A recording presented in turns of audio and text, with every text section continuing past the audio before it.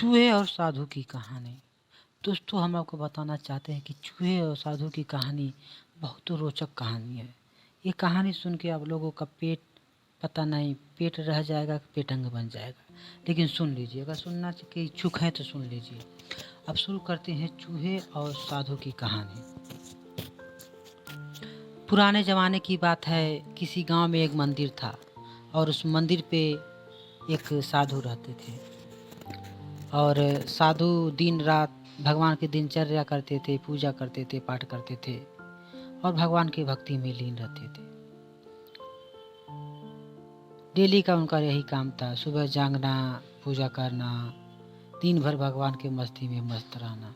अपने भी रहते थे और पूरे गांव वालों को भी मस्ती में मस्त रखते थे। धीरे धीरे समय बीतता गया और खाने पीने की जो व्यवस्था थी वो गांव वाले दे देते थे तो खा लेते थे।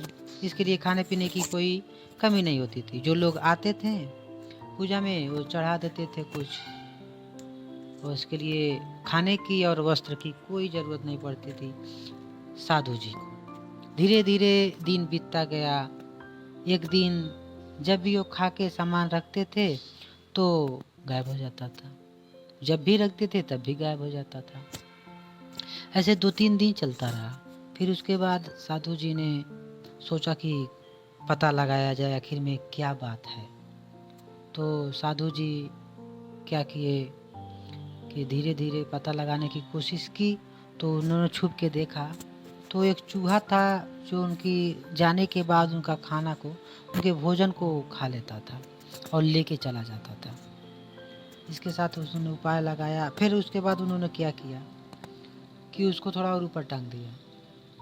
फिर वही हाल हुआ, फिर खा गया। फिर दूसरे दिन भी यही किए, फिर वही हाल हुआ। 2-3 दिन तक तो ऐसा चलता रहा। फिर वो परेशान हो गए।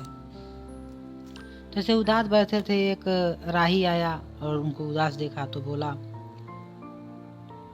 महाराज आपके क्या प्रॉब्लम है, क्या परेशानी है, हमें कुछ बताइए। उन्होंने अपनी पूरी बात उस भले आदमी से बता दी। उस भले आदमी ने कहा कि आखिर एक इतने भोजन का करता क्या है, इसका पता लगाना पड़ेगा। फिर उन लोगों ने छुप के देखा तो मंदिर के पीछे एक बिल था। उसने भी अपना घर बना रखा था, बिल बना रखा था। वहाँ पे वो लोग गए तो देखे कि वहाँ पे पूरा उसका परिवार रहता है, पूरा परिवार। उसके बहुत परिवार थे और बहुत खाना था। उन लोगों ने क्या किया